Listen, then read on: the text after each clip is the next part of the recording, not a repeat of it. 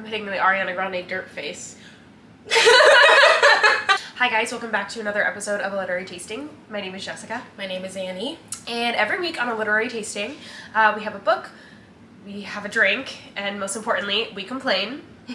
The book we're reading today, I don't know if you've seen anything about this online. I actually have not. I have seen this book being flamed online like crazy. Really? Like crazy she's getting flamed. Oh, damn.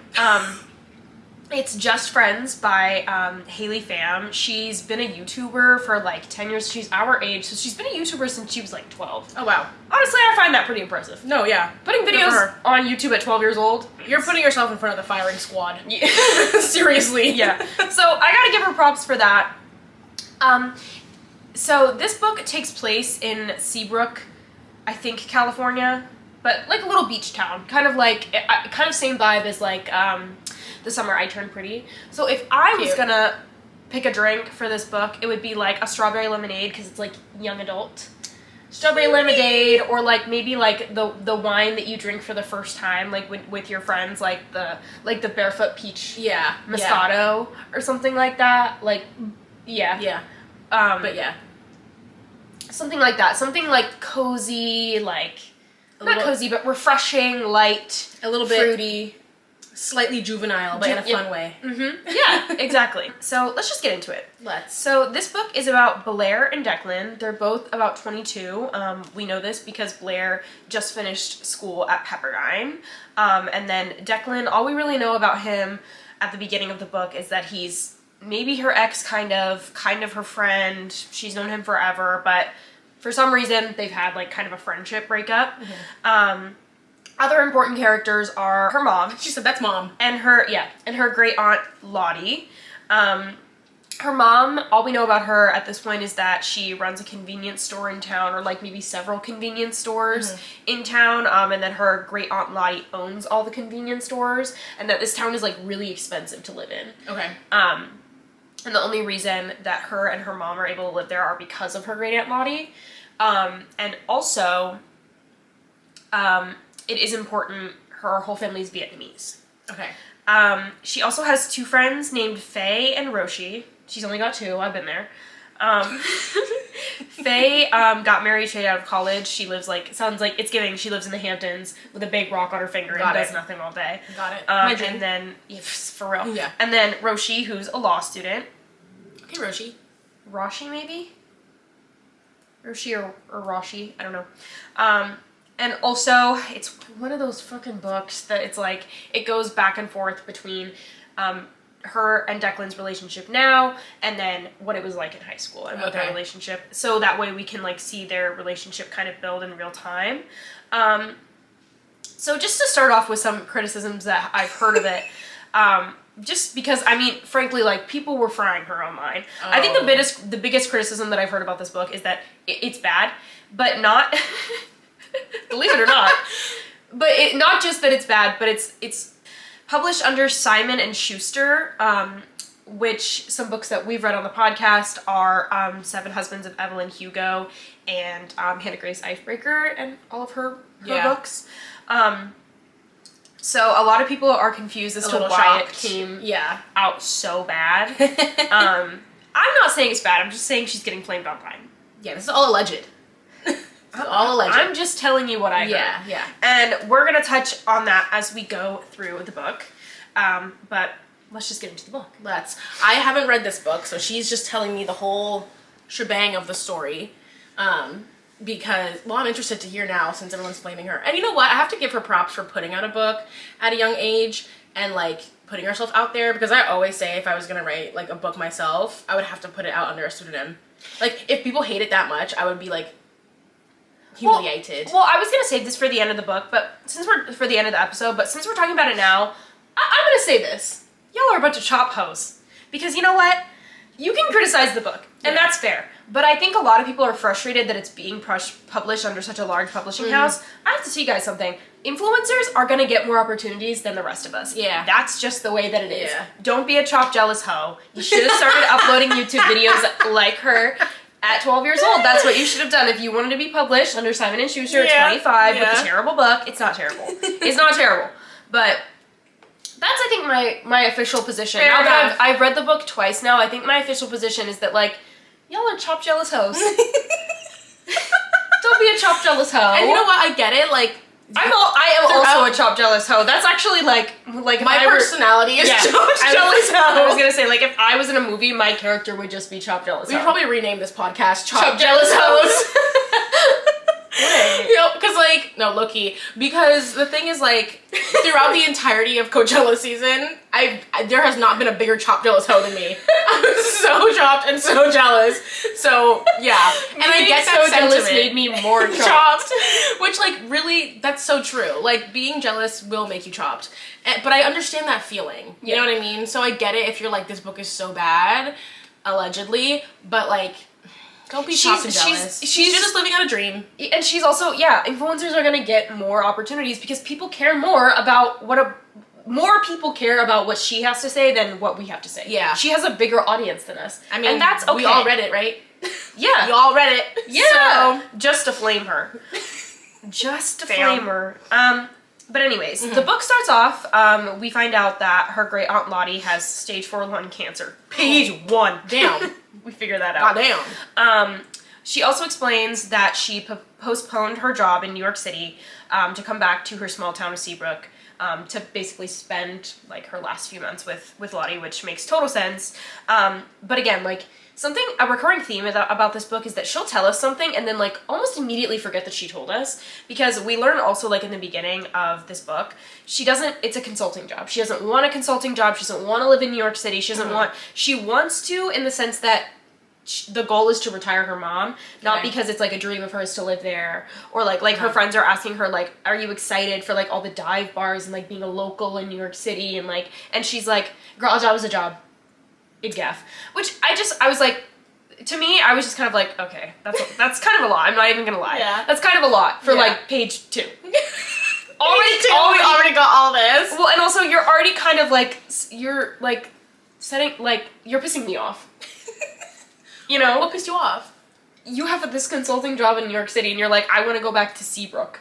Yeah, no. Don't irritate me. No. But I will say, Chop tell us Joe-itis. Who's Joe? Who's Joe? Honestly, Survivor Joe just came up into my head right here. Talk about Chop Jealous Hoe.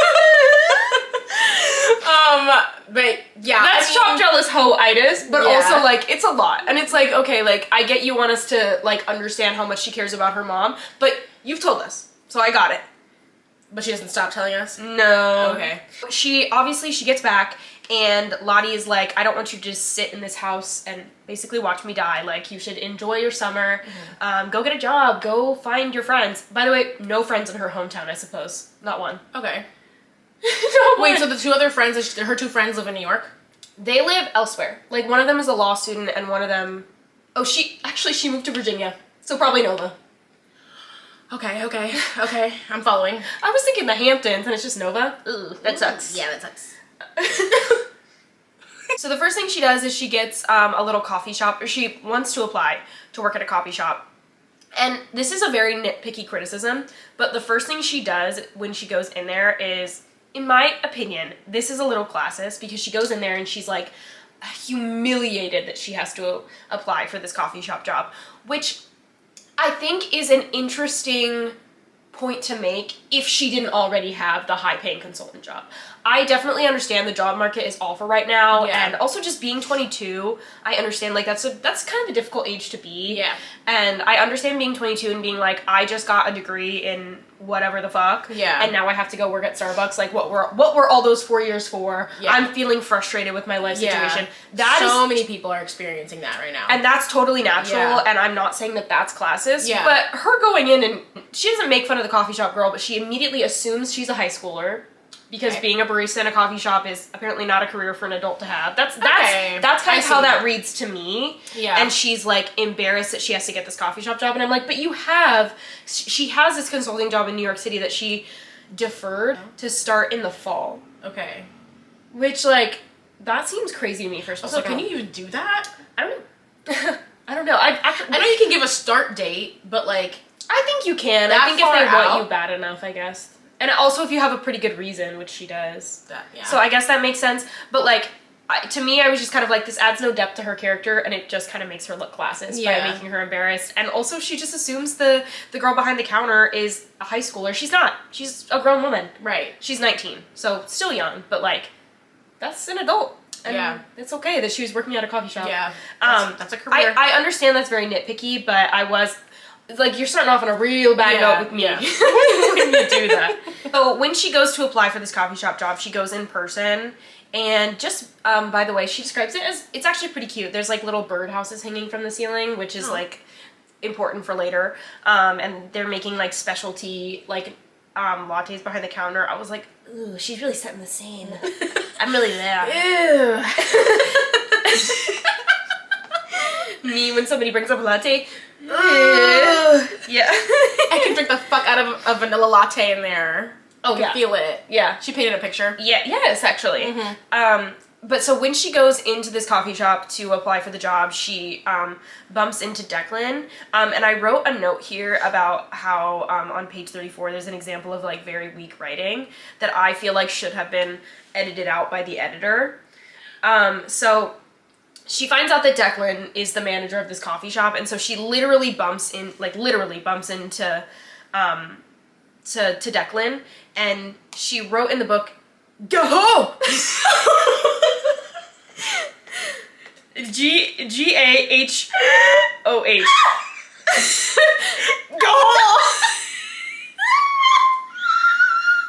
You know, I was trying to read it in my head, and I was like, but the way you sounded it out was perfect. Like, that was actually...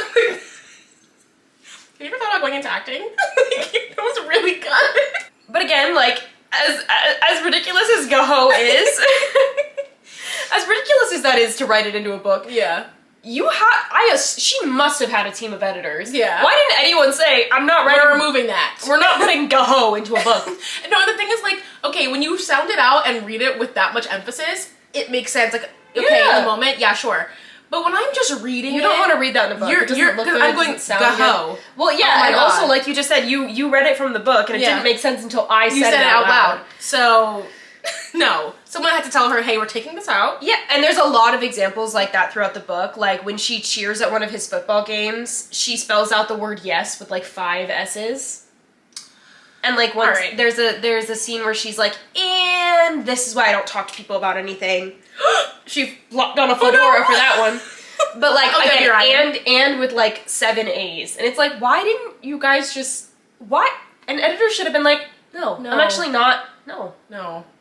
Because no. That's very, like... And this is, to be fair, this is a young adult novel, but, like... Yeah. The writing, I mean, we all like the Hunger Games, don't we? The writing in that is not childish at all. At all. It can be young adult without being juvenile. Super juvenile, yeah. Yeah. And so she does interview at the coffee shop with Declan, and the first question he asked her is, he's like, so tell me about yourself. And she's like, what do you mean by that? And he's like, well, like, how would your friends describe you? And he's like, oh. And she goes, oh, my high school friends? Oh, no, you meant my middle school friends. Girl. Middle school friends? She's, like, trying to imply that it's, like, he because their entire friendship, they've been friends since, like, they were, like, literal babies. So she's, like, taking a dig at him for not being in her life anymore. And it's, like, you can't really ask me to tell me about myself when you were there. Right. Like, my whole life. But it's, like, what? Do you want the job or not? Answer the question, bitch. No, like, it sounds like you don't Tell me about yourself. I asked a question. And it's like we're supposed to perceive her as being really, really smart, but it's moments like this where I don't perceive her as being really, really smart because, and the reason I'm saying we're supposed to perceive her as smart is because she got a full ride to Pepperdine. For what? Did they ever tell us? Nope. Okay. It doesn't sound like she plays a sport. It doesn't sound like she's in like a club or anything. It sounds like it was purely academic. And if it's not purely academic, then you should tell us that. But if it's purely academic, and she's talking to her future employers like this, yeah, no, it's just not coming across as like pleasant. Yeah, but I will say, like, I guess if I like ran into like, I don't know, someone from my past at a job interview, like, well, I would still be professional, but it'd also be like, Are we actually gonna pretend like we don't know each other? That is a little weird. Well, yeah, I mean, I guess. But, I mean, you should still keep it professional. Yeah, especially because he's keeping it professional. Yeah.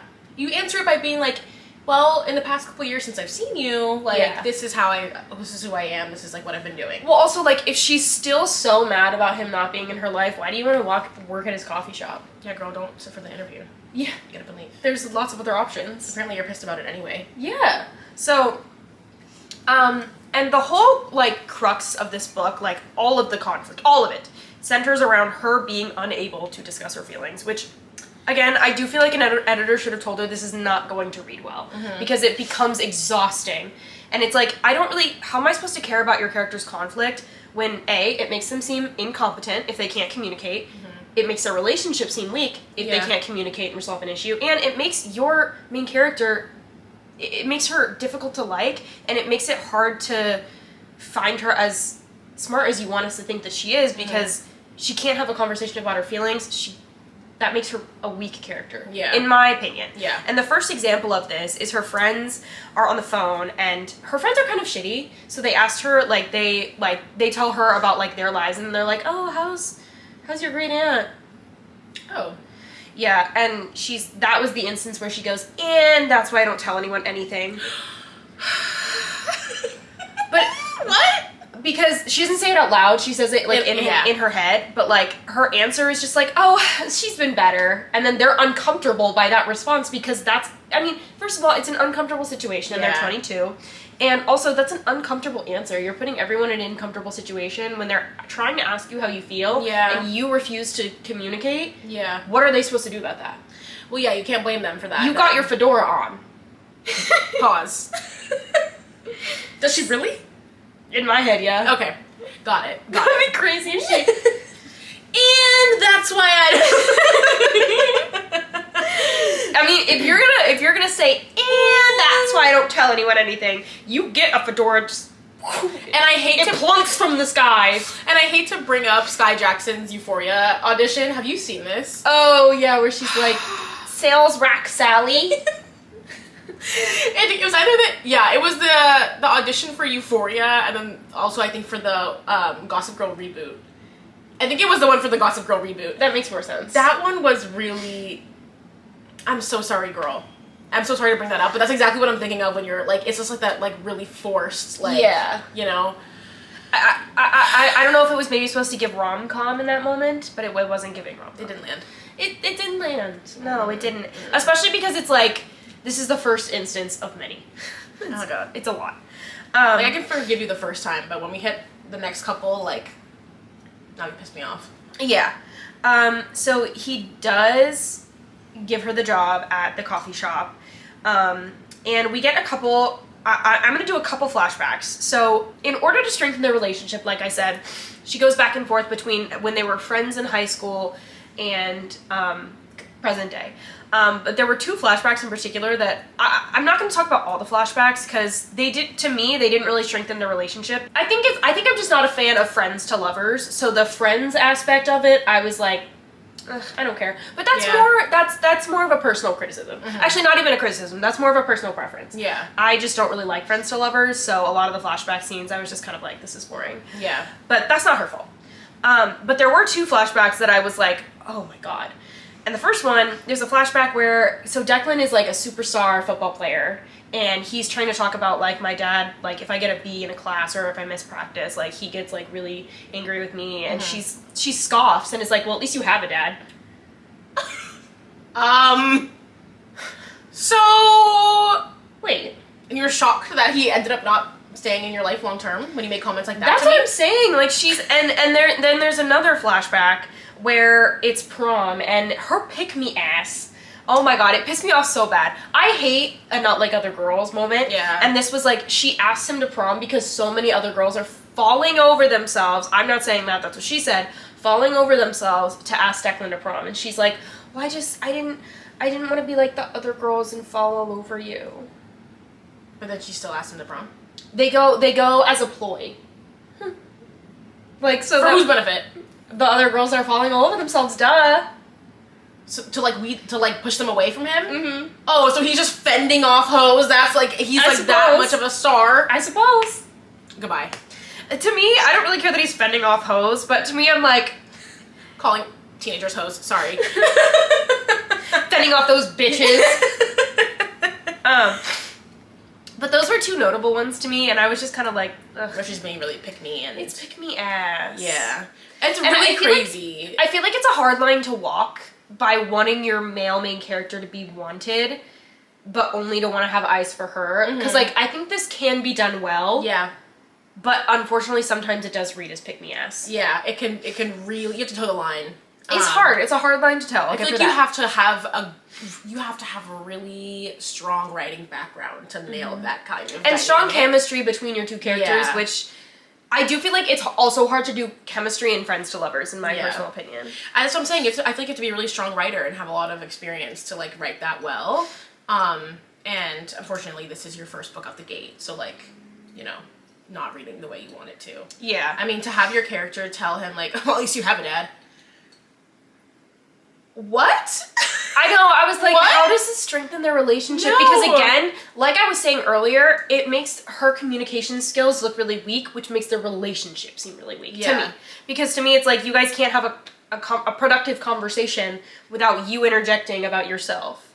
Yeah. And I thought you couldn't talk about your feelings. Yeah. Seems like you're talking about them a lot right now. Yeah. I mean, it's like, okay, on the one hand, you can be like, okay, like, what, she's a high schooler in this situation, like, you know, high schoolers say stupid ass shit, and there's a lot of stuff beneath that. But does she ever really get into that stuff? No. To answer your question, no, they don't talk about that. Yeah. She does apologize after, but I was just kind of like, I mean, your apology doesn't really matter. Like, because again, it's a book. You didn't have to have your character say that. And I don't think her apologizing really makes up for, like, him trying to open up to you and you making it about yourself. Yeah. I mean, and like, we've all done it. Sir, of course. Like, even as adults, I'm sure there have been times where other people are complaining about shit and I'm like, oh my god, shut up. Not to their face, but in my head. I'm like, oh my god, shut up. And then I'm like, wait, this isn't about me. They're allowed to complain. You know? Yeah. Like, I think it's a natural feeling person to person, but it doesn't necessarily need to go in your book. Right. In my opinion. No, and I think that's like really... It's like what the purpose of the book is about. You know what I mean? It's one thing if like you're writing a book like half his age, where like part of the story and part of what like we're talking about is like her emotional background and like it's important for the story for her that behavior to be there. Yeah. But in the situation when we're writing a Friends to Lovers, like quirky cute, like it doesn't need to be in there. Yeah, especially because of course he responds very well. He's very kind. I will say her male main character is definitely in the same like bracket as like Hannah Grace, which I always love because I feel like we've talked about this a million times, but like the fact that we were reading after at 14, I think genuinely like changed my brain. Yeah, like because I genuinely don't want a guy that's gonna be nice to me. I don't want a guy that actually likes me back. My only good example of love was in the book, books and movies, and I was choosing to read after and 50 Shades, and it's not good. It's not good for a 15-year-old Brian, is it? No, and so like to read a character like Declan or read a character like Nate or Henry from the Hannah Grace books that I love, I'm like, I appreciate that you're actually keeping your audience in mind when you're writing a love interest, because Declan is like perfect. Yeah. Almost too perfect, but we'll let it slide. We'll let it slide. Her aunt does pass like 70 pages into the book, which I think is... Oh my god! Sorry. Her aunt does pass, and Rest in Declan... power.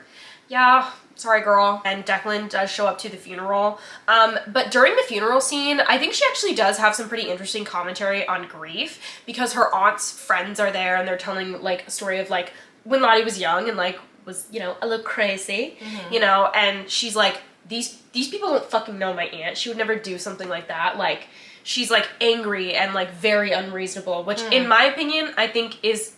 She's 22. Yeah. And grief is weird. And it makes you, like, she's not mad at them for, like, knowing this version of Lottie that she doesn't know. Yeah. She's upset that she didn't get to know this version of Lottie. And just that she's not here anymore. But I thought it was interesting. I was like, I think this is a good thing to have in a book, because I feel like it kind of makes, if you're a young person reading this who's experiencing grief for the first time and feeling angry, like, it's nice to have it represented in a book in a way that makes... in my opinion, makes a lot of sense. And I was like, this is pretty interesting commentary to put in a young adult novel. I wish we could have had more stuff like that instead of the stuff we did have.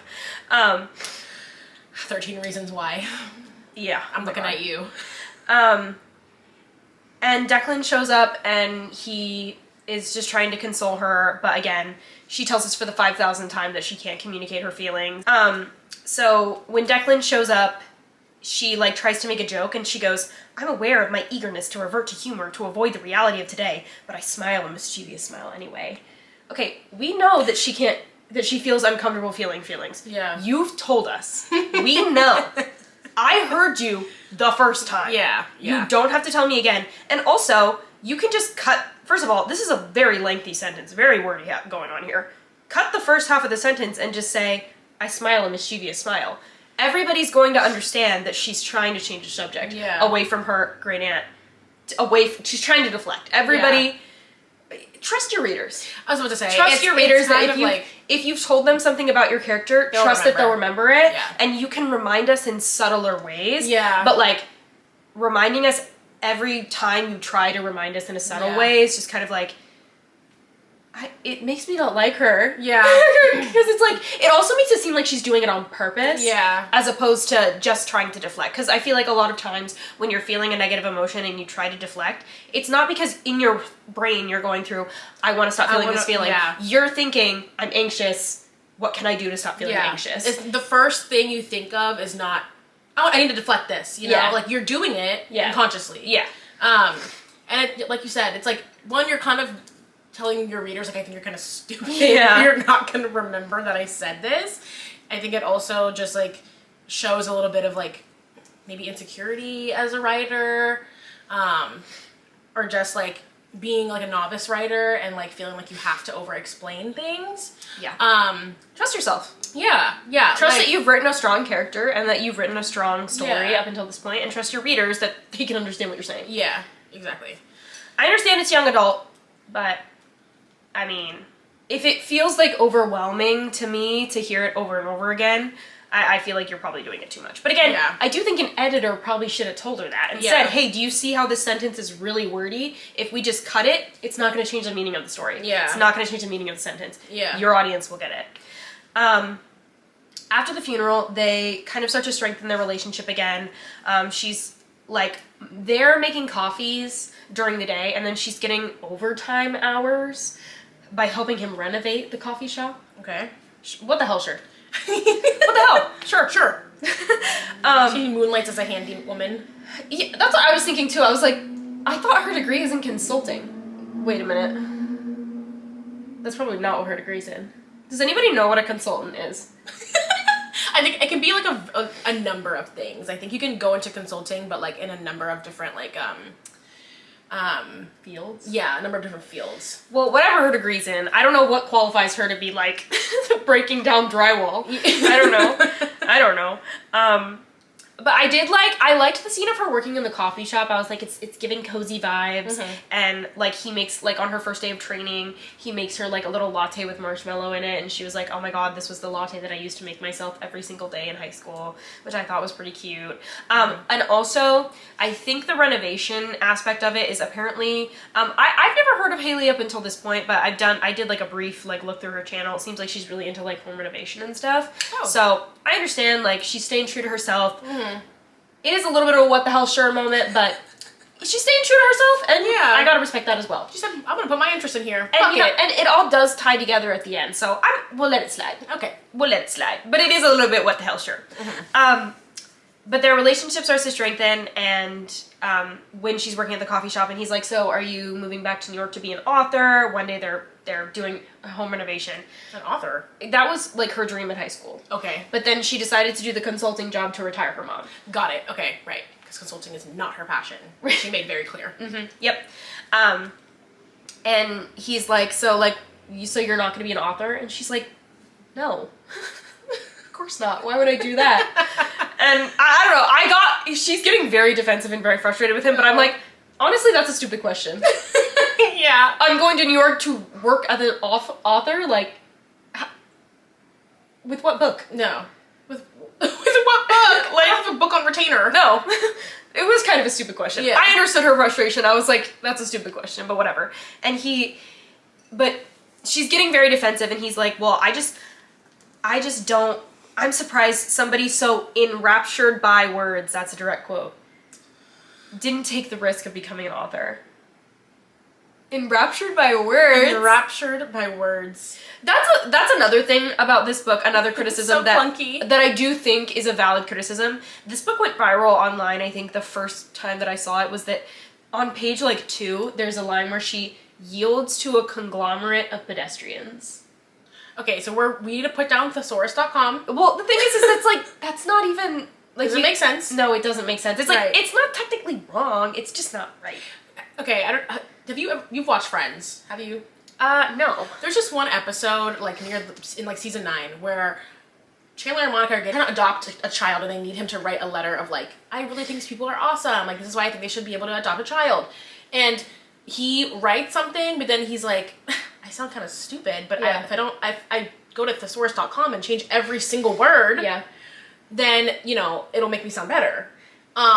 And so, like, it just sounds like a mess because nothing makes sense because you're just Yeah. picking out random words to make it sound better. Yeah. Instead of signing it Joey, he signs it baby kangaroo. Because Joey Right. is another word for baby kangaroo. Right. So it's like, that's giving this. Like, Yeah. you're just changing the words to make it sound better, and it's like, you don't have to do that. No, again, trust yourself. Yeah. Like, enraptured by words, there's a time where he says she's enthused by a dictionary. Okay. It's just kind of like... And that's pick me as fuck. I'm enthused by a dictionary. No, he tells her that she's enthused by a dictionary. And I bet he thinks that's so cute. Enthused by a dictionary? Can't you just say she loves books and she likes writing? I'm about to say that all the time. I yielded to a conglomerate of pedestrians. That's what I'm saying, is that it's like, it's not technically wrong, it doesn't make sense in the sentence. That's so clunky. And it's very obvious that, like, yeah, you had thesaurus.com open. As fuck. And like, I know people are going to be like, well, maybe you just don't use that word a lot. And it's like, maybe, but also it doesn't make sense in the context of the sentence. And it's not just one instance. There's a lot of instances where I'm like, it's kind of right. It's kind of right, but not really. There are times to use conglomerate, and there are times to not use conglomerate. What the fuck is conglomerate, dude? Like, that actually just pissed me off. But she gets very defensive, and she's like, I don't want to be holed up behind a cash register like my mom. Okay, you see what I mean about how, like, that's a little bit classist? What do you have against your mom? Not She- too much on her. The things she says about her mom that she claims to God. love so much. Oh my god. And the conversation ends because she gets a splinter. And sorry, another criticism that I have about this book is that every time they try to have a real conversation, it ends because she gets a splinter. Somebody interrupts them. She interrupts them herself because she doesn't want to talk anymore. It's like, oh my god, like, there's always a reason for them to just not be communicating. Just let them talk. Yeah. Just let them talk. That's like the best part of a romance book is when the characters are talking. Yeah, because that's how you build the chemistry. Yeah, this whole fight, I get why she's defensive, but like, ouch, especially because he also works behind a cash register and your mom works behind a cash register, and also just like, I think we should stay away from language like that, like when we're writing a book, because like... You're clearly kind of saying like, I look down upon this. Yeah, you know? to me. And again... If it were commentary on I can't find a job, I thought I was going to college to find a job and now I can't find one, that would be a different story. But considering she has this high-paying job in New York that she's avoiding going to, watching her be kind of shitty to cashiers is kind of like... Yeah. Their friendship-ending fight happens in high school. They get together when they were in high school, and they date for like a week or so. Like, it's like not very long. And they're like talking about, because they're like literally about to go to college. Also, the timeline of this was a little confusing to me, but this friendship ending fight, they're talking about what they're going to do when they go to college, because he's got a full ride to Notre Dame and she got into Pepperdine. So I guess maybe it's early admission. Maybe that's what it is. Yeah. So they get into this friendship ending fight, and the friendship ending fight is he's like, well, why don't you just not go to college and come stay with me at Notre Dame? Well... Now, why would that be the thing I do? Well, flesh that out for me. Why would I do that? Well, that's what she says. But, like, she definitely, like, in my opinion, like, she really takes it there. Because she's like, you're just like my dad. Oh! Oh, wait!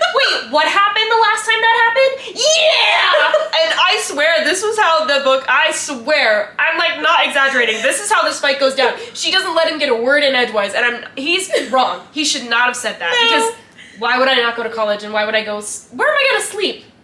Literally in your dorm? In the closet in your dorm? What the fuck? Where am I supposed to go? He's wrong. He's totally wrong. Idiot. But she really takes it there and doesn't let him get a word in edgewise, and then just never talks to him again for the rest of high school. What? I feel like you easily could have said, no, I'm not doing that. And he could have said, no, I was going to say, all you have to do is be like, girl. And I think he immediately would be like, You're right. That was stupid. That was stupid. Yeah. My fault. Yeah.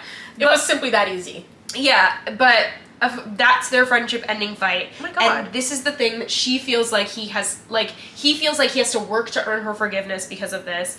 And I don't know what she thinks. It seems like not very much. And also a big plot point of the book, like after her great aunt dies, she's like, well, my mom's gonna have to find a new house. Wait, what? Why? I don't know. Okay.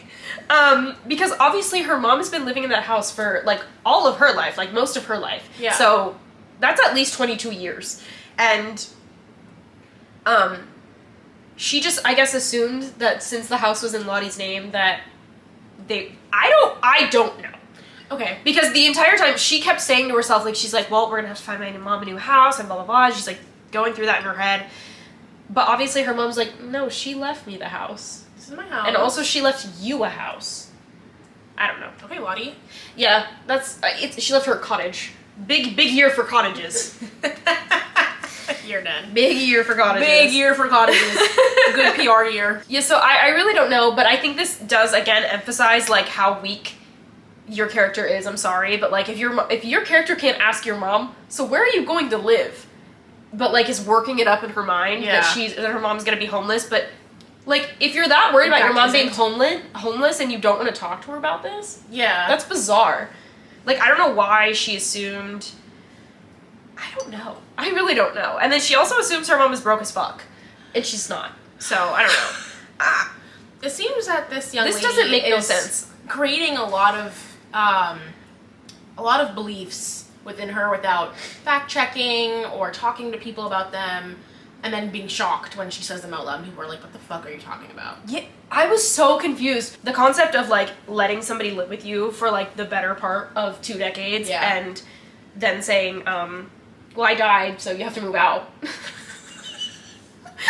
I was so confused. I was like, I don't know why she's thinking, whatever. Yeah. This was very confusing to me. I was confused. Confusifying for sure. But they go to like see her little cottage, and it's cute as fuck. Of course, there's a little conversation pit in the living room. Ooh. She was having fun when she drew up this little cottage. I was like, ooh, I'm there. I was like, I'm there. And for some reason, there's a copy of Divergent in the cottage. Me as fuck! I knew you'd love that. With she wrote a little note in it, D plus B equals heart. Aww. But why is her copy of Divergent doing in this cottage that she didn't even know existed until today? Okay, plot hole, yeah. It's okay. We'll let it slide. But cute, I love that. We'll if let I was it writing slide. a book, I'd be like, I get to my cottage and there's Hunger Games and Wildfire and Danger And the conversation and Divergent and an espresso machine and my outside pizza oven and... No, you know what? We'll let it slide. We'll let it slide. We'll let it slide. It's okay. Yeah. And there's like a lavender, like, not farm, like a garden, like a lavender garden outside, like a little greenhouse, like, sounds like a dream. Yeah. I'm there. We'll let it slide because I'm there. Yeah. Also, by the way, Declan lives in the house next to her new cottage. Because what the hell, sure. Okay. Yeah, he bought that. We'll get into it later. Okay. She goes bowling with the coffee. There's a lot, like, it just seems like so, whatever. She goes bowling with the coffee shop employees, and remember the 19-year-old that I referenced at the beginning of the book? Mm-hmm. So she's 19, as I mentioned earlier. I want you to try to guess what Harper's personality trait is. You're never gonna guess it. What is it? Harper is an alcoholic who Declan the only way she can keep her job is if she doesn't drink, and Declan is the one who helps her. And we find this out about her. We find this out about her later in the book, but I'm mentioning it now because it's irrelevant. So Harper's randomly at the bar, drunk as fuck, and then Declan is like, I put her in an Uber and she went home. And then she talks to Harper about it later, and she's like, it's not a serious problem. Okay. Why are we bringing up alcoholism? Why are we? We don't need to bring up alcoholism, especially to a 19-year-old girl. Especially if you're not even gonna like. Honestly, this didn't need to be there at all because it's like you're already touching on grief, so you're good. You've got a major, issue that you want to talk about. Why go for alcoholism? Right. It's not like it's out of the realm of possibility, but it seems like you're only adding, like, in life. But it seems like in the context of this book, you're only adding it in to make Declan look better. Yes. And it's like, we don't need that. He's already great. Yeah. You don't have to add anything else. He's really great. You don't have to touch on it, because, like, if you're not going to say anything actually, like, profound, like, you know, like, go into it, then just touch it. Again, this is your book. You can just leave it out. Yeah. Yeah. I was so confused. I was like, what? Why? Like, why? What? You know, I think more people need to ask themselves why, you know, and if there's not an answer. Why didn't the editor ask why? Why didn't the editor say, this doesn't make you look good, this makes you look really insensitive? Yeah. I'm sorry. Like, but it's a little insensitive. You know, like, you'd write an essay in high school and you would get it back and they would have like a big question mark next to a paragraph? Oh. Someone needed to do that to her. I love when you're on social media, or like when you're like, sometimes when I'm annotating books, I love to just like, I love when people will respond to things, which is question mark? Yeah, question mark. It really conveys so much tone. I know. I was actually looking through my old like high school stuff recently when I was cleaning out my room in my parents' house, and I found one of my first like essays from like an AP practice, whatever. It was like out of 7, I think. 2 out of 7. Oh. And she wrote the biggest question mark. And I was like, right. I went back, suddenly I was back in that chair in the classroom, and it was like, it conveys so much. You can do so much with there was like a, what the fuck does this mean? Stupid bitch. Like, how dare you? All just in that one question mark, and I was like, and yeah. I heard her. Yeah, I heard her loud and clear. And then she just, she says something snarky to Declan and then Irish goodbyes. Seems pretty par for the course. Yeah. I don't like her. I don't like her either, and I was like, I don't know what this really adds, I guess, besides making Declan look good, and I guess, again, like, making us feel like, oh, maybe they'll make up here. No, they won't. She's avoiding having a conversation again. The real estate lady comes because she wants to sell her house. Me just moving on abruptly. The real estate lady comes to her house, and Declan is there because she's like, I might need help like renovating it, and because he renovated the coffee shop all by himself, right? We're there. Yeah. And so Declan is like, yeah, I'll come, and the real estate lady is there, and she takes one step into the living room, and she's like, you're looking at $1.2 million for this sucker. Oh. She just sniffs the outside of the house. No, 1.2 mil. You have that right. Declan owns a house next to her, by the way. So I have to assume his is around 1.2 or something. Oh, Declan. Gorgeous. $1.2 million is actually crazy. Yeah. I was like, she was just doing anything. Yeah. And her reaction is what? She's just shocked. So she's like sobbing in tears, like shocked about this. This is life-changing to anyone. So obviously her life has just been changed. She's sobbing. She's upset. Not upset. She's feeling overwhelmed by all of these emotions that she's feeling. And he's like, let's go get Shake Shack or whatever. Let's go get Shake Shack and let's talk. Let's finally talk. She's like, you wish. So, no, they do go, and he's like, okay, she's like, okay, what the fuck happened? Like, so he reveals that he was struck, okay, so it's post-football game. He reveals that he was struck by a drunk driver in the parking lot of their high school, sorry, and that he was wearing a helmet because his friend made a joke and he puts the helmet on, and then the vehicle strikes him, like, right after. So, luckily he had his helmet on, otherwise he would be dead. And so obviously he couldn't go to school. So his dad, who's hella rich, sued like the fuck out of the kids for all of the kids driving, for I don't know where they got the money to pay him back for this, but whatever, for like the money, like all of the Notre Dame scholarship that's now he can't participate in, so all of that money, and all of his hospital bills and everything like that. So that's how he buys his $1 million house. Got it. Which I guess makes sense, but like this kind of is just insane to me that it's like you knew that his life was literally changed and could have, like, luckily he's like he's very resilient, because if this happened to me, I wouldn't know what to do with myself after. Yeah, that's really your entire life's work is just gone in an instant, and now you can't go to college and do what you wanted to do, and your whole life is just changed. Like, that's a huge life change to go through at like 17, 18. Like, and we find out that he sent her one singular letter. One. And I guess it got lost in the mail or something. So that's why he never reached out. And she does say that she tried to visit him in the hospital, but his mom said that he didn't want to see her, and then Declan confirms this. He's like, yeah, I didn't want you to see me weak and bedridden. Like, which I think makes a lot of sense, because like, of course he doesn't want to see you, like, and also like he's going through a lot on his own. Like, to have to deal with the like mental struggles. Of, like, of like, what is this relationship now, and you're only here because this happened. And my whole life is over, and what am I gonna do about my physical injuries? It's a lot of grief to go through in a short amount of time, very quickly, at such a young age. Which I just feel like makes me really dislike her even more, because like, think of all the times she's been snarky to him throughout this book about how he basically walked out of her life. But it's like, but that's not what happened though, is it? Is it he got into a life-changing accident?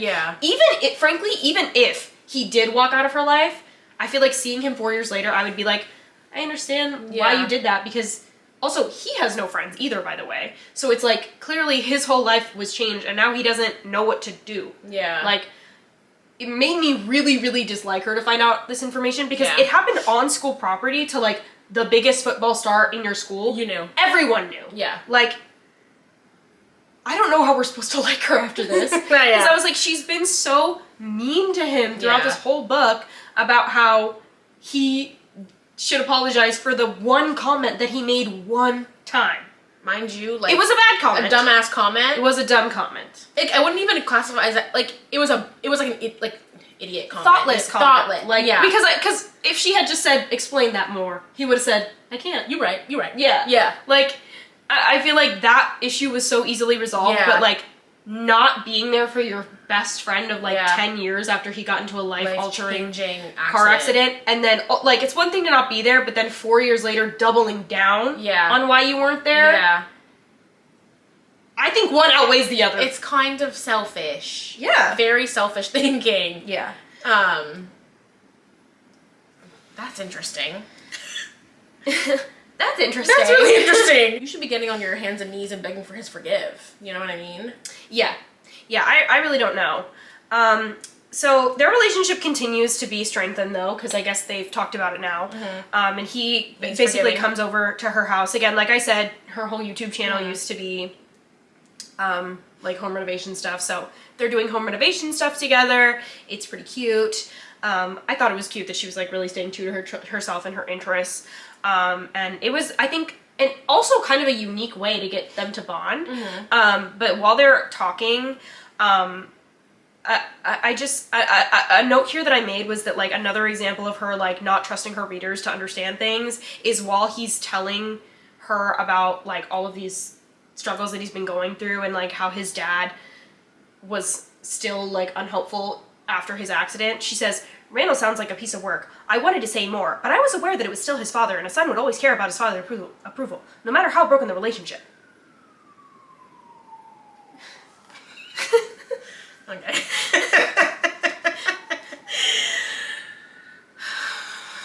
We know! Like, just, that's another example I'm saying of just, like... Stop over-explaining things to me. I get it. Like... You could have cut that into one sentence. And while they're... Same conversation, by the way.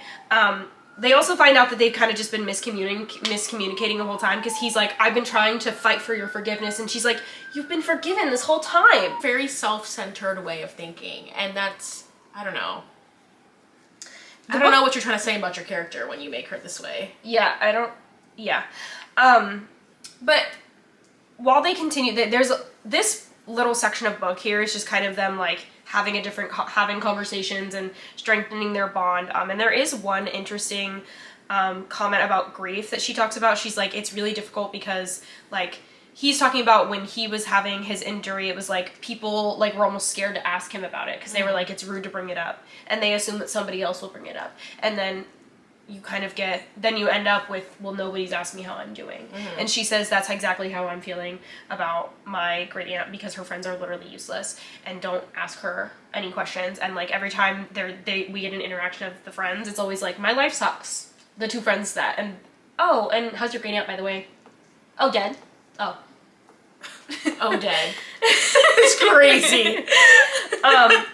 But I'm obviously being a little dramatic, but I think she actually has she is pretty strong, I think, in the conversations that she's having about grief.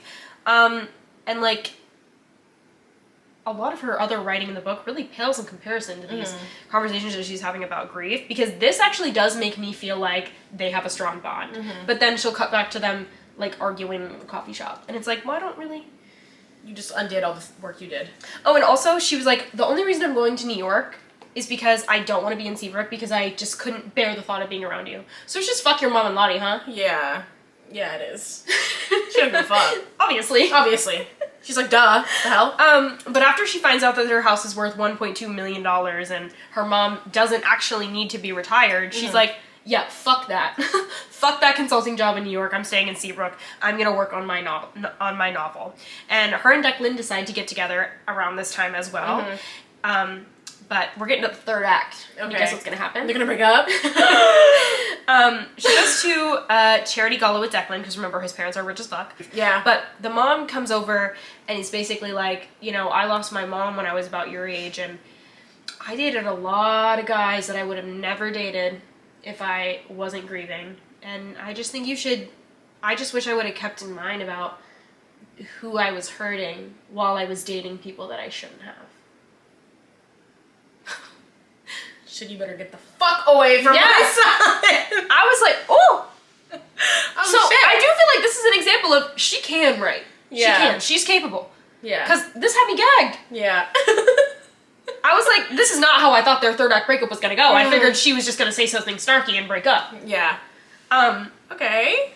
But Declan comes over and she looks at him like, and he's looking at her like, because he sees her face and he's like, oh no. Oh fuck. Oh no. Oh no.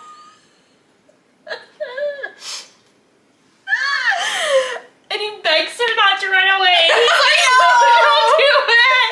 He's like, no. He's like that meme of the cat.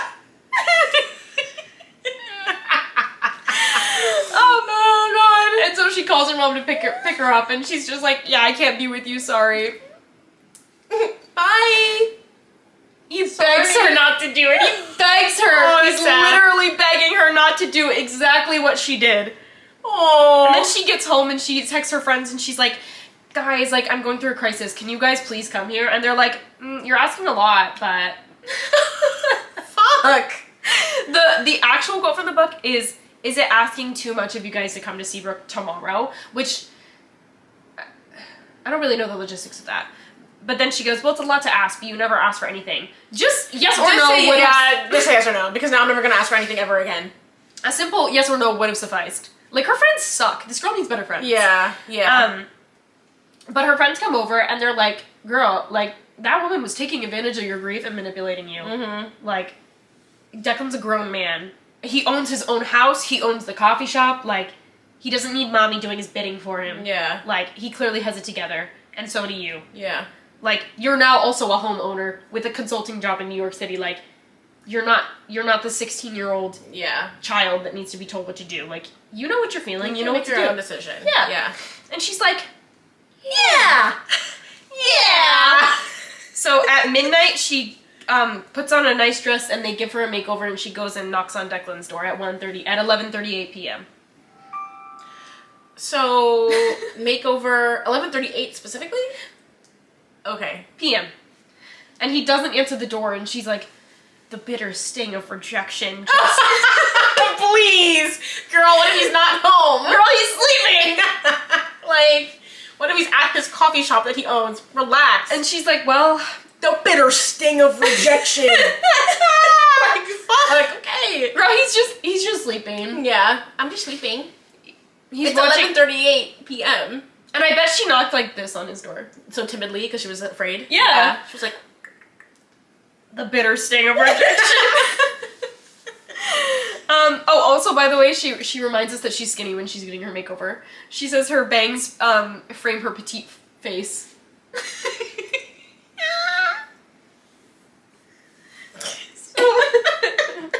Skinny people, like, their favorite thing about them is that they're skinny. They love their petite frame. My God. Why do we have to know about your petite face? Your petite frame? What? Why wouldn't you want to know about that? In her mind, she's like, everyone wants to know about it. Everyone has to know about it.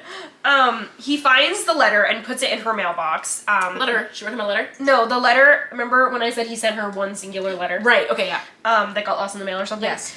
He finds this letter, and he puts it in her mailbox, and then it's like this like all-consuming confession of love that he wrote when he was 18, and then she goes to him, and she's like, oh my god, like, where did you find this? Do you mean it? Do you still love me? This plot twist, again, had me gagged. Apparently the mom saw him putting this letter in the mailbox, and she intercepted the letter.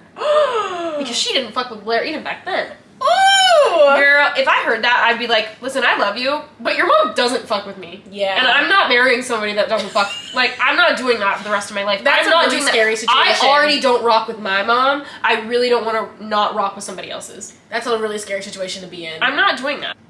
Can you imagine getting married and for the rest of my life having the same battle over and over again? Yeah. And putting your partner in the middle of that? That's a lot. There's a million fish in the sea, just pick another one. It's sad too, not because worth it's like it. sometimes it's like, maybe this really is your person and like you guys have a great chemistry and a great connection, whatever, but it's like, you do have to like consider all these other aspects if we're gonna be together for the long haul, and your mother hates me enough to do this. Yeah, to me, I would be like, no. No. I don't think I will, actually. Actually, let me call up the consultant form. I'm out of here. Goodbye. He wakes up the next morning and there's like a for sale sign on my cottage. No, literally, I don't even say shit. Sorry. That letter was really nice. Thank you. Bye. But she says she's ashamed of her actions back then. And to be fair to the mom, I guess, like, the mom was probably also going through a lot of, like, suddenly you have this, like, very, like, grown-ass man in your home. Like, a huge 17-year-old that now you're also having to physically take care of. And, like, you're having to worry about him mentally and all this other stuff. So... she's become a caregiver suddenly. Yes. What the hell? Sure. What the hell? Sure. Yeah.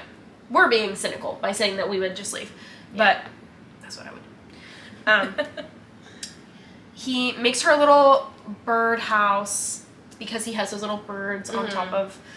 also, by the way, this whole time he's been calling her Little Bird. I just didn't want to tell you that because I knew it would piss you off. And then she quits the coffee shop because she wants to work on her novel. And she's like, oh no, aren't you going to need somebody to help you renovate the stell? And he's like, no, I made that job up just to hang out with you. It got my ass. But the epilogue is that her mom was able to retire, she self-published a book, and they get engaged. Okay. How'd you feel about that epilogue? Necessary, or it was like... It happened 6 months later, so... Okay.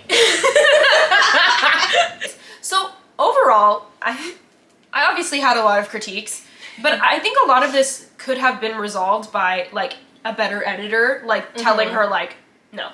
A lot of it, especially because a lot of it was just issues with, like, sentence structure, and like you said, like, she had the thesaurus.com open, and she kept repeating herself, and it's like, but it's not, as an author, I'm sure you're repeating yourself a lot. You can rely on your editors to go through and be like, do you see how you said the same line 3 times? Yeah. We gotta fix take that. it out. Yeah, take it out. And when we first read Icebreaker, I will admit I was not a fan of Icebreaker, and now I'm a huge Hannah Grace fan. Yeah. Because I think she has improved tenfold. Yeah. From her first book to Daydream is genuinely one of my favorite books I've ever read. It's so good. I love Daydream. So going from like kind of hating Icebreaker to really, really liking Daydream, I think she took criticism well.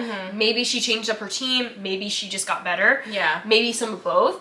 But I think this girl, I think it's unfair to say she should have a perfect book and because she's on this big publishing house. To me, I'm like, well, if she's on this big publishing house, they should have kind of on them too. Yeah, they should have a good team editing for her and a team that's able to tell her, no, like, this isn't working. Yeah. We need to fix this. You don't want to just say yes to everything just to, like, appease her or not, like, make her uncomfortable or whatever. I get, obviously, you want to, like, give her the autonomy of, like, this is your book. But if you actually want to help her, you know, give her the correct, like, edits to make it better. Especially something like Conglomerate of Pedestrians should not have ended up in the book, and she got flamed for it on Twitter. Yeah. You're kind of setting her up. Yeah, why would if you're noticing these things, you set her up a little bit. Yeah. And there's like, no way you as an editor didn't notice Conglomerate of Pedestrians. Yeah. Another one that I noticed when she wrote is that in the letter, Declan writes to her, I assumed bad character of you. That's not correct. No. Another one where she said, I cackle my disbelief. It's like all of these, I get what you're saying, but it's not right. It's like, and if you're writing pages and pages and pages, I'm sure that I would make a ton of grammatical errors, a ton of spelling mistakes, and I'm sure it just wouldn't sound good. That's the point of an editor. So, and I think it's totally unfair to be mad that she's signed on to this big publishing house. She's an influencer. Don't be a chop jealous hoe. Don't be a chop jealous hoe. She's gonna get better opportunities than the rest of us. You know how like people have like their fan base are called someone. They're called like Arianators or whatever. Our viewers are chop jealous hoes. Our viewers are chop jealous hoes is so good. So we love you, chop jealous hoes. And I think she can definitely grow and learn from Conglomerate of Pedestrians, because I'm sure she saw everybody flaming her on that. Yeah, she was like, okay, so next time I won't do that. Next time I will not say a Conglomerate of Pedestrians. I'll make sure. Or maybe she's going to put it in every single book just to be, me. Yeah. Yeah. Is Easter egg in every book I ever write. Yeah, that I would think is funny. Yeah, I think that's really funny. That's a good idea, actually. Yeah, you should use that. Yeah. Overall, don't be a chop jealous hoe. Yeah. It was fine. It was okay. Okay. I don't like Friends to Lovers in general, though. I gotta stop doing that. I feel like Friends to Lovers just needs to be, like, really well written.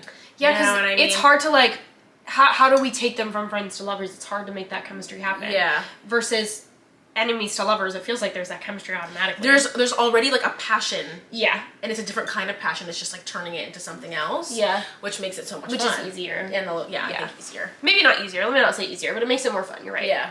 So, overall, I don't have a rating for it. It's not my favorite, but it's fine. Don't be a chop jealous hoe. Yeah, that's a moral. Yeah. We're going to continue to be chop jealous hoes next week, though, because we're reading The Deal? The Deal by Elle Kennedy in celebration of the show coming out next week as well. Yes. So, hopefully, we'll be able to get it up on time. Yeah.